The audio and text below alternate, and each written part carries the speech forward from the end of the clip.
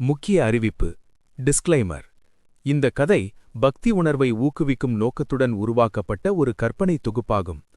இதில் வரும் கதாபாத்திரங்கள், சம்பவங்கள் மற்றும் இடங்கள் சில உண்மை வாழ்க்கை நிகழ்வுகளை போன்றதாக தோன்றலாம். ஆனால் இது முழுமையாக ஆன்மீக உணர்வை வளர்க்கும் ஒரு கதை மட்டுமே. இந்த கதையை பக்தியுடன் கேட்பவர்கள் முருகப்பெருமானின் அருள் மீது நம்பிக்கை பெற வேண்டும் என்பதே இதன் நோக்கம். இரவு நேரம். மழை பெய்து கொண்டிருந்தது. சின்ன கிராமம் ஒன்று. அந்த கிராமத்தின் எல்லையில் பழைய ஒரு வீடு. அந்த வீட்டுக்குள்ளிருந்து அழுகையின் சத்தம் வந்து கொண்டிருந்தது. அம்மா, நம்ம வாழ்க்கை இப்படி எப்போதும் தானா இருக்கும்? அந்த கேள்வியை கேட்டவன் 19 வயது இளைஞன் கார்த்திக். அவன் கண்களில் கண்ணீர். அவன் அம்மா மீனா சோர்வாக ஒரு மூலையில் உட்கார்ந்திருந்தாள்.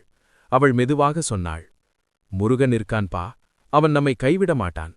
ஆனால் கார்த்திக்கின் மனதில் நம்பிக்கை இல்லை.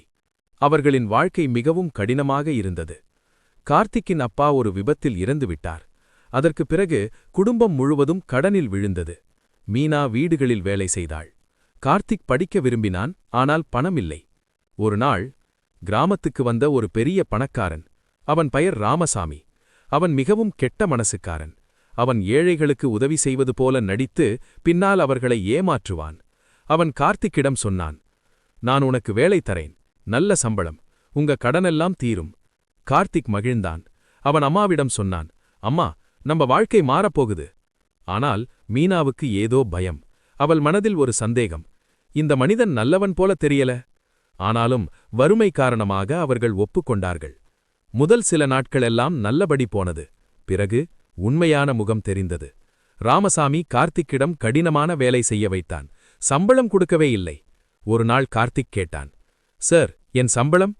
ராமசாமி கோபமாக சிரித்தான். நீங்க மாதிரி ஏழைகளுக்கு சம்பளம் வேண்டான்பா, வேலை இருக்கே போதும். அந்த வார்த்தை கார்த்திக்கின் மனதை உடைத்தது. அவன் அந்த இரவு வீட்டுக்கு வந்து அழுதான். மீனா அவனை பார்த்து கண்ணீர் விட்டாள்.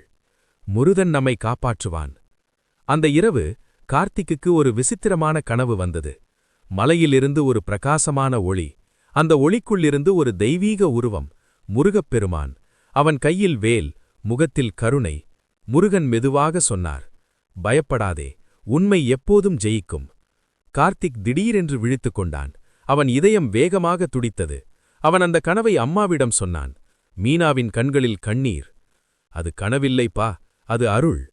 அடுத்த நாள் ஒரு பெரிய சம்பவம் நடந்தது. ராமசாமி செய்த மோசடியெல்லாம் வெளியில் வந்தது. அவன் பல ஏழைகளிடமிருந்து பணம் ஏமாற்றியிருந்தான். போலீசார் அவனை கைது செய்தார்கள். கார்த்திக் அதிர்ச்சியில் இருந்தான். அந்த நேரம் ஒரு முதியவர் அவனை பார்த்து சிரித்தார். அவர் சொன்னார், முருகன் காப்பாத்திட்டான். கார்த்திக் திரும்பி பார்த்தான். அந்த முதியவர் காணாமல் போயிருந்தார். அவன் உடம்பு முழுக்க நடுங்கியது. அந்த நாள் முதல் கார்த்திக்கின் வாழ்க்கை மாற ஆரம்பித்தது. ஒரு நல்ல மனிதர் அவனுக்கு படிப்பு உதவி செய்தார். கார்த்திக் கடினமாக படித்தான். சில வருடங்கள் கழித்து அவன் ஒரு பெரிய அதிகாரியாக ஆனான். அவன் கிராமத்துக்கு திரும்பி வந்தான். அவன் அம்மாவை பார்த்து சொன்னான், அம்மா, முருகன் நம்மை கைவிடல. மீனாவின் கண்களில் மகிழ்ச்சி கண்ணீர். அந்த மலைக்கு மேலிருந்த முருகன் கோயில். அந்த கோயிலில் மணி ஒலி ஒலித்தது. கார்த்திக் அமைதியாக கண்களை மூடி நின்றான். அவன் மனதில் ஒரு குரல், நம்பிக்கை வைத்தவனை முருகன் ஒருபோதும் கைவிடமாட்டான். அந்த நாள் கிராமம் முழுவதும் ஒரு உண்மை புரிந்தது. கடினமான வாழ்க்கை வந்தாலும் நம்பிக்கை இருந்தால் முருகப்பெருமான் வழிகாட்டுவார். அதனால்தான் இன்றும் அந்த கிராமத்தில் மக்கள் சொல்லும் ஒரு வார்த்தை உள்ளது, முருகன் மீது நம்பிக்கை வைத்தவன் ஒருபோதும் தோற்க மாட்டான்.